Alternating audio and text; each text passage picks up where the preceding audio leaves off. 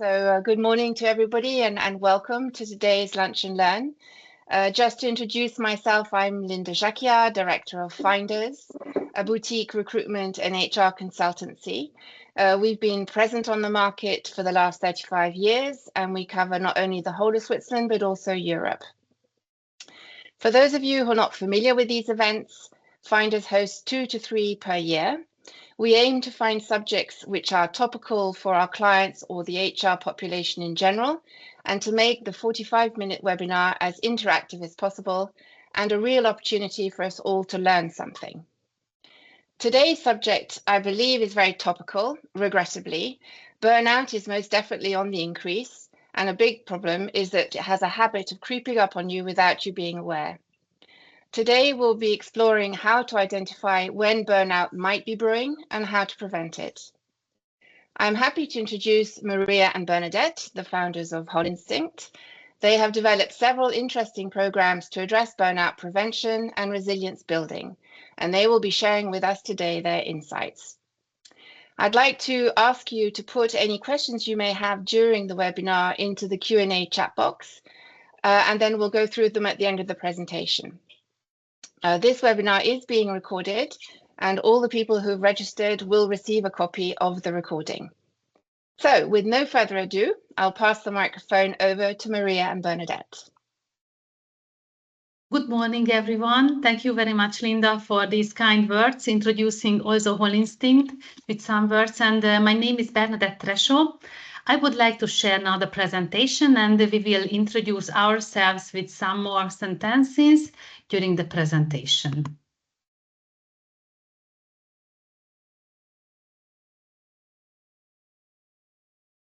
Do you see my full screen?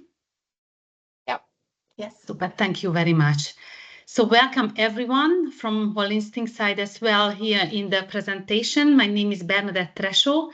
I'm co-founder of Holinstinct. Holinstinct stands for mental and physical health, for the holistic approach, meaning that with our programs, we support individuals, professionals, and leaders to prevent burnout and to manage stress and build resilience. And our programs supports with a holistic approach, as we recognize the interconnectedness of mental and physical health. From my end, just some words about my person. I am diploma personality and life coach, and just finished my education program as the holistic business mentor. Originally, I am economist. After many years spending in the corporate world, I finally landed in pharma and worked for Roche in Vienna and here in Basel before I left the corporate world, and I started offering my services around coaching and change management on a freelance basis. I personally also faced health issues, stress-related health issues, and this holistic approach helped me to find the way out from the symptoms and from the pain and to get recovered from these health issues. Just with adjusting my nutrition, learn more about my stress and how I can manage them in a better way, and also integrated mindfulness techniques into my daily life. All these help together to get recovered. That was my very personal motivation to dream up Holinstinct and to co-create this holistic mental health program, Revitalize and Thrive, with Maria Udvardi-Gocs. Thank you. Hello, everyone. It's very nice to see all of you here. My name is Maria Udvardi-Gocs, and I will introduce myself in a few sentences before we start the presentation. So I am a neurotransformational resilience coach, and I work together with Bernadett, and we are the co-creators of Holinstinct. Before joining the career of a coach, I also worked in the corporate world. I mainly worked in telecommunication and also in the pharma industry. I also worked for Roche in my last years in the corporate world. I worked as a project manager. I was managing teams across the globe, doing big global projects. But this road took me into this high stress level road took me into experiencing burnout on my own, which led me to needing to leave the corporate world for quite a few months to recover. Already before the burnout, but especially during, I started to have the feeling that I would like to change, and this is not the way, and I would like to use my experience and what I learned and how I recovered to support others in need, as burnout is such a raising topic and it's currently still on the horizon and it's raising. So that's when I met Bernadett, and that's when we realized we have a passion for the same holistic health, because we both, as just Bernadett now mentioned, used holistic well-being to recover, her from her illness and me from the burnout. And this is how we trimmed up Holinstinct. I'm also a mom, and I live in Switzerland, originally from Hungary, lived in 7 different countries. So I believe as I am a global citizen, and I'm very grateful to be here today. So let's start. Perfect. So before we dive into the details of the presentation, I would like to give you a quick overview of what you can expect from today. There are 3 main takeaways I would love you to walk away with. The first one is why we need to talk about stress-related health issues. Stress is not just an individual problem, it's really a global one. We will look at the impact it has, and both locally or worldwide, and why it is so important to start addressing it openly. The second one is understanding what really burnout is. It's right now quite a word that it's very widely used, but we will get clear on what burnout actually is, how it's different from everyday stress, and the key signs and symptoms you should be looking out for, both in yourself and people around you. And then we would like to give you the third one, which is the leadership inside. And finally, we will talk about what leaders can do, how to recognize the signs early within your teams, and how to take purposeful action that protects people, energy, and at the end really builds resilience across your organization. Good. Thank you, Marci. Now I would like to highlight 3 reasons why it's worth addressing this topic. First, stress has a direct impact on our health. The Centers for Disease Control and Prevention highlights that chronic conditions such as heart disease, diabetes, obesity, or other autoimmune diseases are much more common among people exposed to ongoing stress.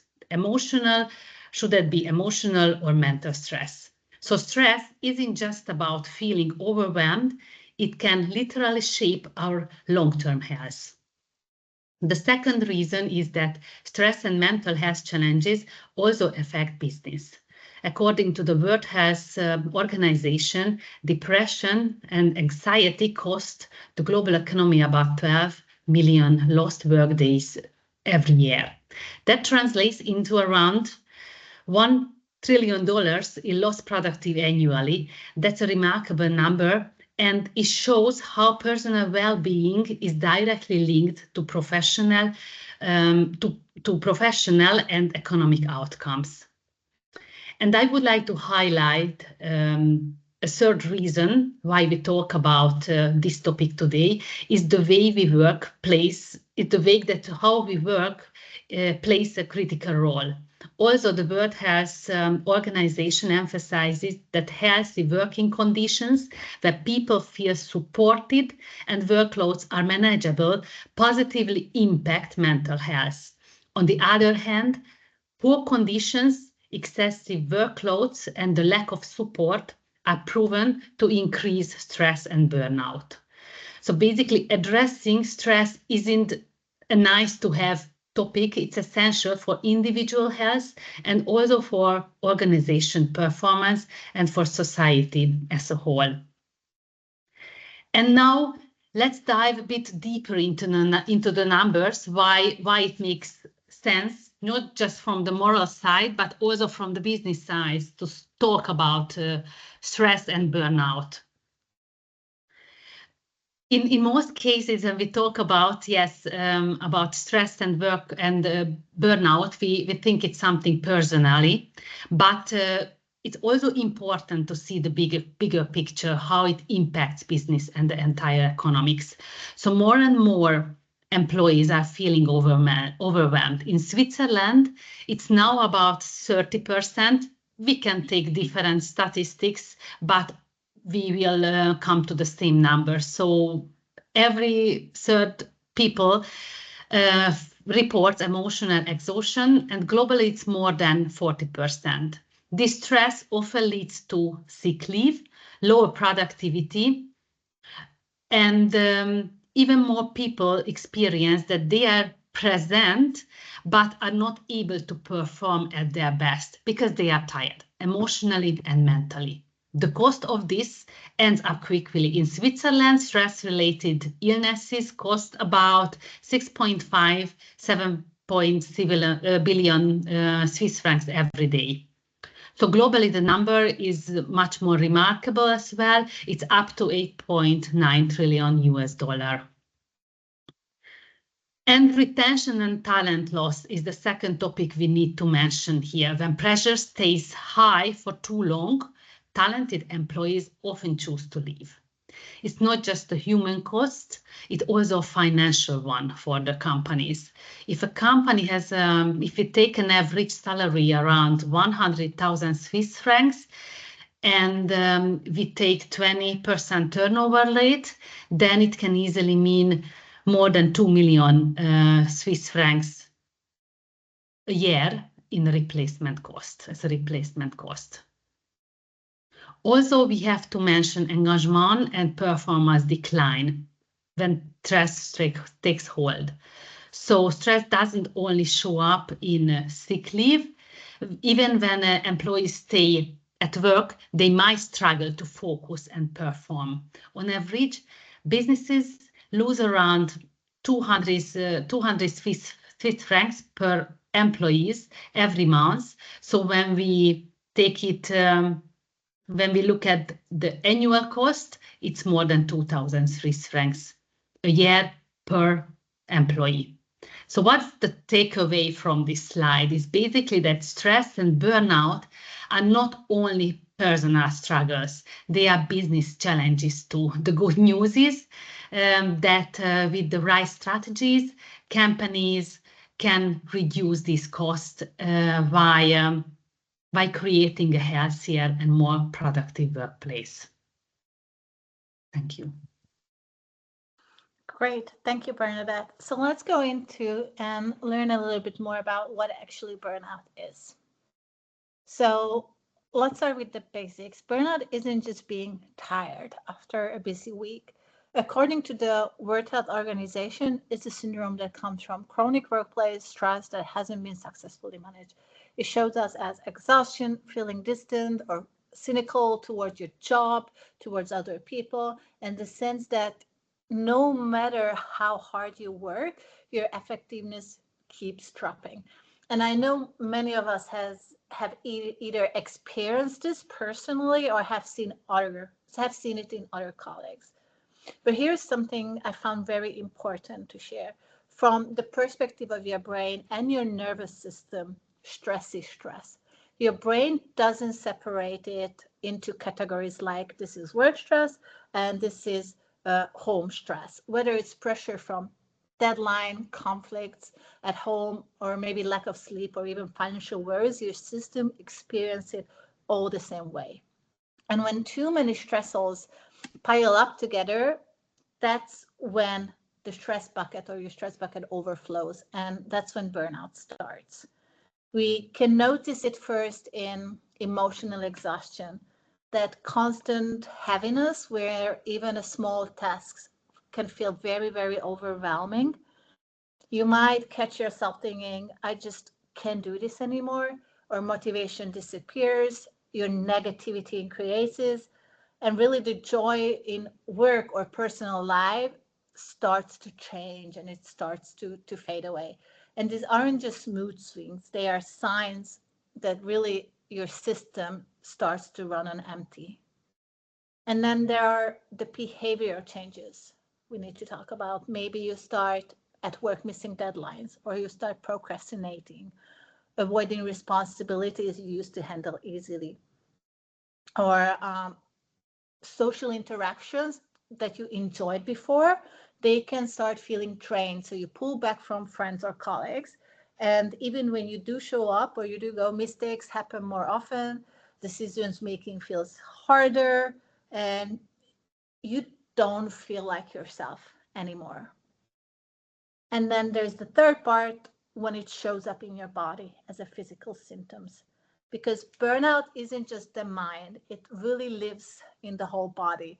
And things like constant tiredness, even when you had like a full night's sleep, you're waking up tired, or you are tossing and turning around at night, like because you can't turn off your brain and you keep thinking, or you just catch yourself at waking up at 2 o'clock in the morning thinking about the things that are stressing you out.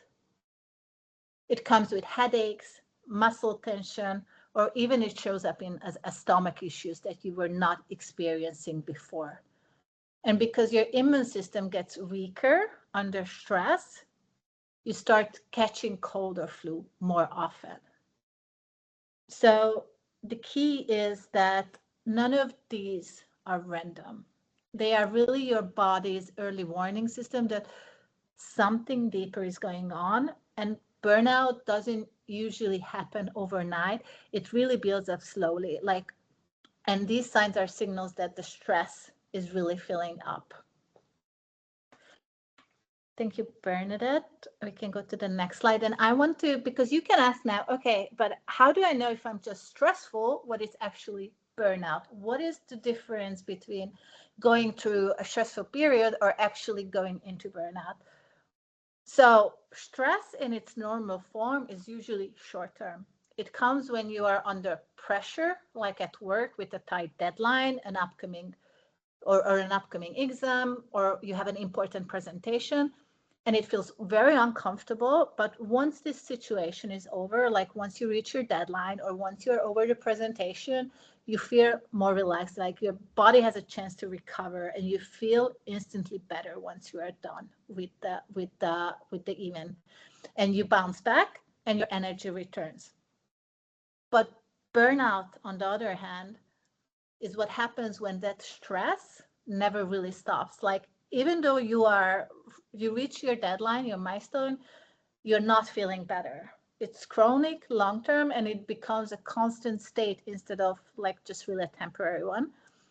And that's when emotional exhaustion really becomes the everyday baseline for you. That's when the behavior changes, the procrastination, the isolation, or making mistakes I was talking about in the previous slide, don't go away after rest. And that's when the physical symptoms also become like a more usual and ongoing patterns. So just to close this with the one sentence and make it easier, is stress is I would say stress is body's alarm system doing its job on a short term, but burnout happens when that alarm is not turned off, and it eventually like wears your system down.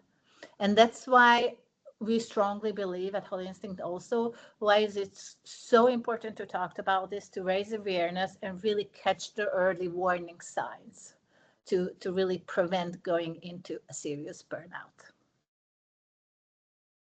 Thank you much. Maybe one add on from my end, or maybe highlight once again what you have already said, this long-term experience. What I hear from clients, from friends, also family members, I have heard that they experience this long-term emptiness, long-term experiencing this long-term missing clarity about their professional, personal life. And I think that's very important to highlight, that it's always a process, and that's why it helps to step back, to reflect, to pause a moment.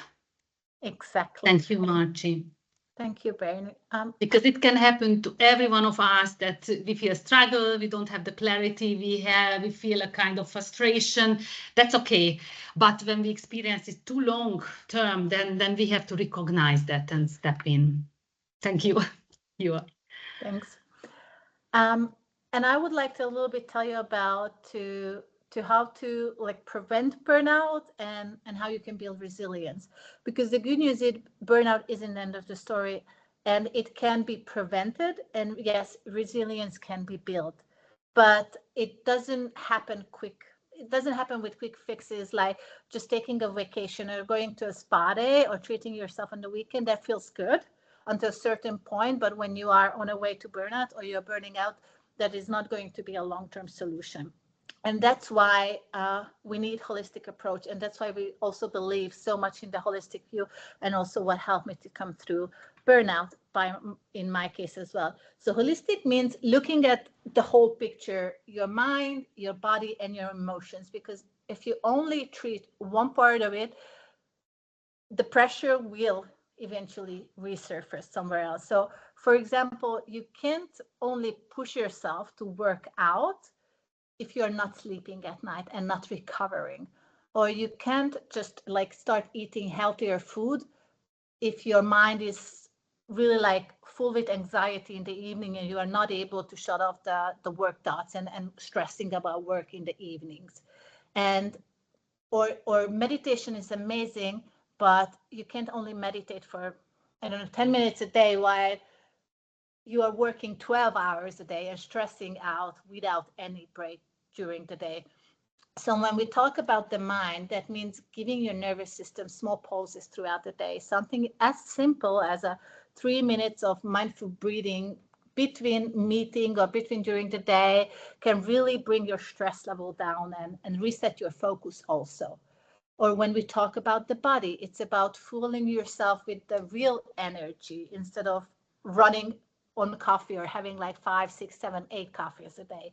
Because if you think about the difference, grabbing 3 coffees to survive the afternoon and get through the meeting versus if you have like a balanced meal, and how that can sustainably support you throughout the day, and how it can energize you. And when we talk about emotions, it's about really processing what you feel instead of like storing and keeping everything inside. Because I know that many of us are taught to just power through it. And that's one really big thing that leads to burnout, that I'm just going to get through it and I can do it and I did it before. And we ignore the emotions. We ignore that we are tired. We ignore that we don't know where to go forward. But emotions don't disappear when we ignore them. They really get stored in your body, and eventually they show up as tension, illnesses, headaches, or irritability. So this is why resilience is more than just handling stress in the moment. It's really about creating your daily habits that are supporting you to really prevent burnout and preventing this stress to overflow in your life. And that could be easily setting a boundary and really not checking your work emails after the workday is over. Or it could be that you replace the late night social media scrolling with really a short wind down routine to signal your body that now it's time to relax and I'm taking care of myself. Thank you.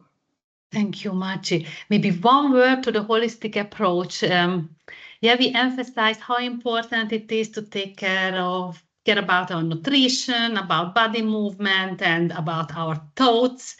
When we think, okay, I have to work all on these areas, it can feel really overwhelmed, already just the approach.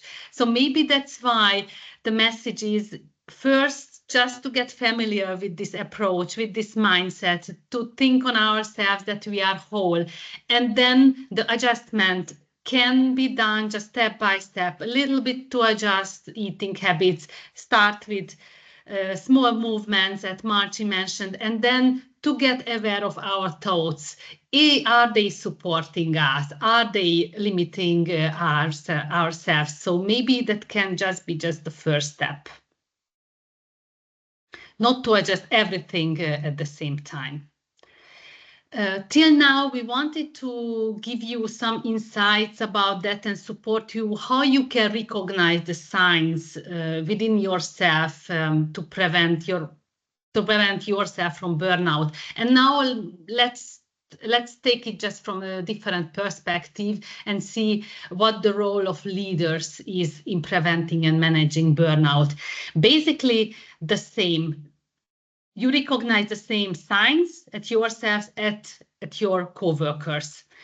the first what we can recognize it regarding burnout is the productivity. That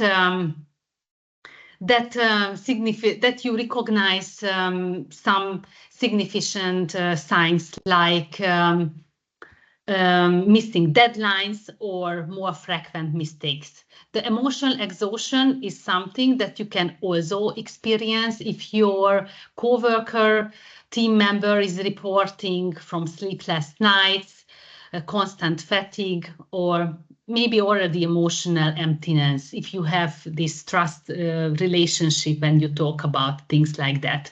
Also behavior changes like sudden shifts, or you recognize that the person is avoiding interactions, or you recognize decreased enthusiasm for the work. That was not the case before. Also, the physical symptoms that Marci have already mentioned before, that somebody is reporting from frequent headaches, back pains, or even more constant fatigue. Lack of motivation is, of course, another sign. When interest in work fades, cynicism rises, or indifference takes over. And finally, increased absenteeism, what you recognize that the person is more often or sick leave, or has different kind of reasons to stay away from the workplace or from the work. So maybe these are the key signs that you can recognize a leader if you watch for. But how we address it, it's something very personal, and maybe so that's why we would like to recommend you some steps how you can address it also at the workplace if you recognize the burnout signs. So first, it's recommended to prepare the setting for that. It's better to choose a private, calm environment to start a conversation on that than to do it during a stressful meeting. Allow yourselves, allow both of you enough time so that the conversation can feel comfortable instead of rushed. It's important that you start with observation and not with criticism. You can start with a sentence, for example, I have noticed that you have seemed more tired or stressed lately, and I would like to check in to see how I can support you, what we can do in that case. It's recommended to avoid labeling the situation burnout, but you can stay just really at the facts, what you recognize. You missed deadlines or withdrawal from team meetings, so that's or you recognize the constant fatigue. The third is very important is practicing active listening. So acknowledging the feeling, to listen more than to speak.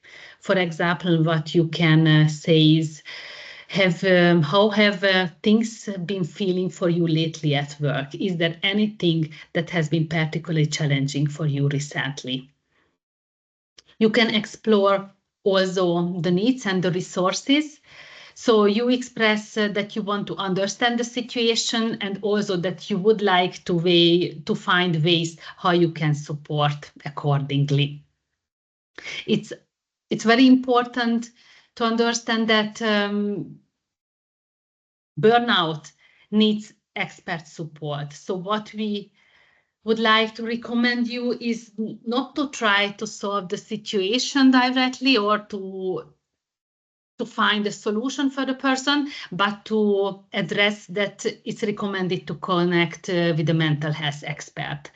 Anyway, what as a leader or maybe a coworker, you can support also to create a common action plan in the situation, like you can agree on 1 or 2 concrete steps that feel comfortable for the person you are supporting. Not a long list, then it will be something overwhelming again. But for example, you can you can agree that you make adjustments regarding the schedules. Then the person can integrate blocking focus time or flexible schedule, or delegate some tasks that could help him or her just to feel more relaxed and not so overwhelmed in the situation. And also we recommend you that you follow up. You agree on follow-up sessions as a leader. Maybe you meet again in 1 or 2 weeks, and then you can ask gently if the person needs any further support, or he or she has already made some steps for herself to get balanced again. Thank you.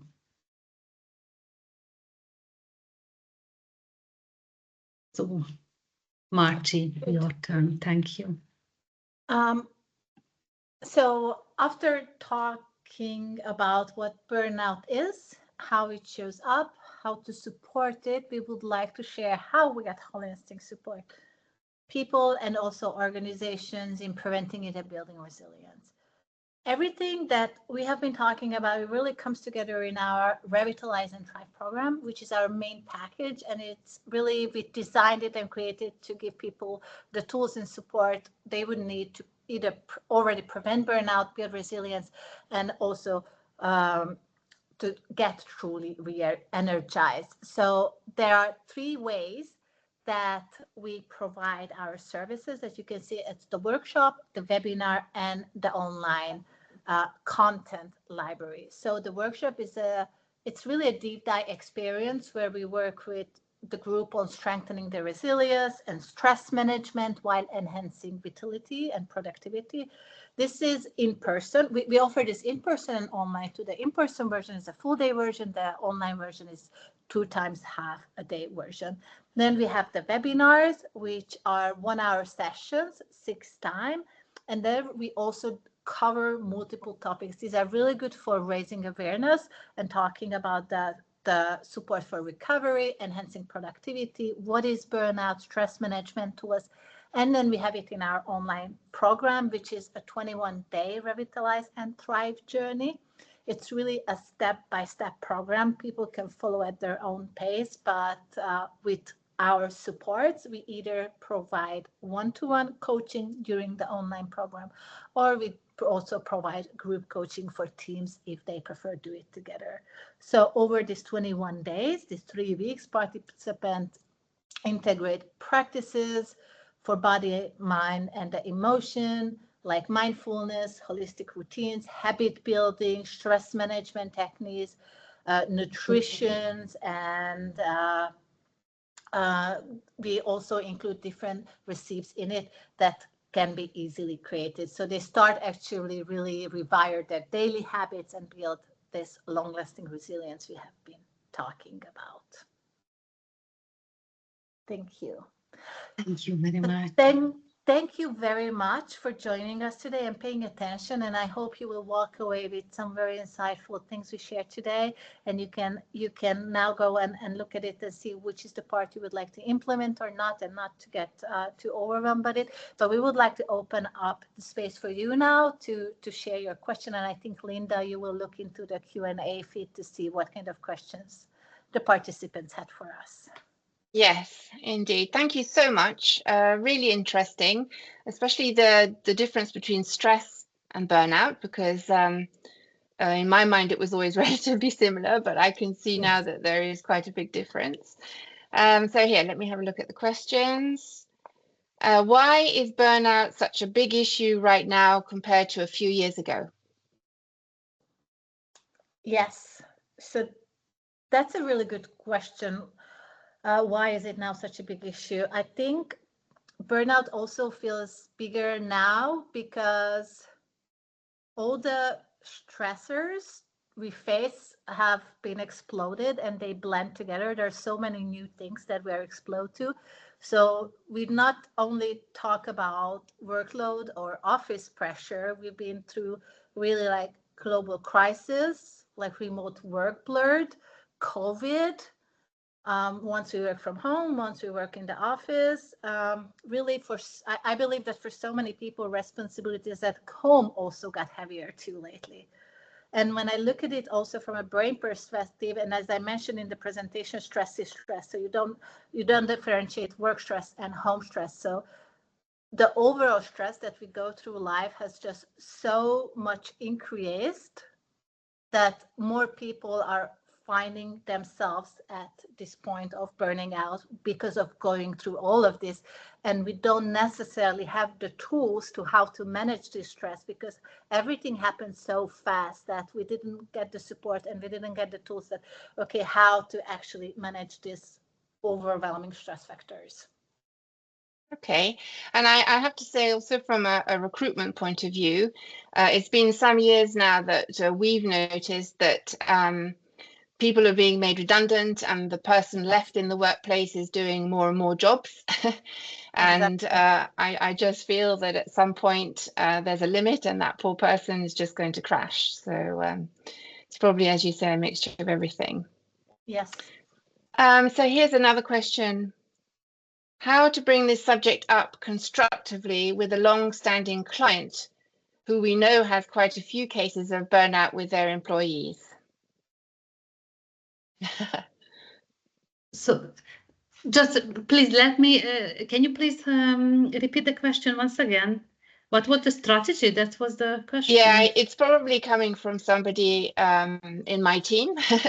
So how can we bring the subject, if we've noticed on a client's site that there is increasing stress and risk of burnout, how can we bring it up? How can we bring the subject up constructively to the client so that he is aware that something might be happening in his organization?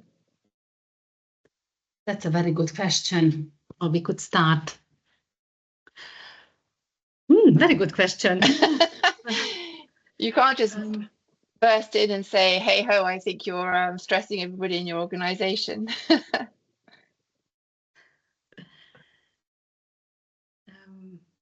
I think it's a yes, very maybe delicate. I would try with a personal experience. So I would bring it to the table that I experienced with another client. I would with a storytelling. That's also a very good way to open discussion and to start a conversation. Maybe I would start with a question. Just mention that I recognize that to bring an example on the table with another client and to ask, what's your experience with this topic, to start an open conversation with curiosity. So I would not start to say, oh, I see you have problems on the table with stress and burnout, but to open a gentle conversation, to be curious, to learn more about the situation. I would start with that and to see what comes up, because that's a topic. Well-being, burnout is not that we can push. And it's anyway, as we mentioned now during the presentation, when I say, oh, I see you are having to burn out, that's probably not the best strategy to show the people I care about you, I care about your problems. I recognize that maybe you need help, but to create a space for an open conversation where the need for help, for support could come up from the person, from the organization itself. So does it help? Maybe.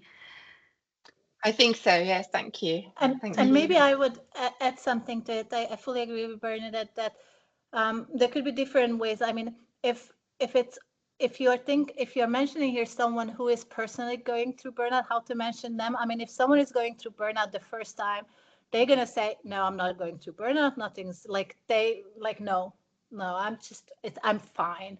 And because everyone thinks they will never go through burnout, like that cannot happen to them. But if you also mention, like, I want to talk to a leader whose team is burning out, that's also very delicate and difficult conversation, because people can take it personally that, oh, I'm doing something wrong with my team, and they will take it on, and their feelings going to get hurt.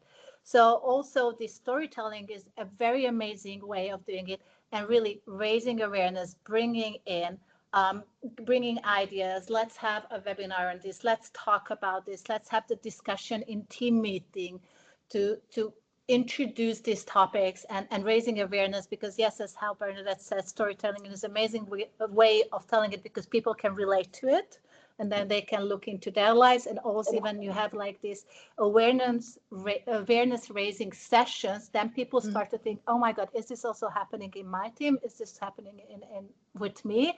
And then they after it look into it.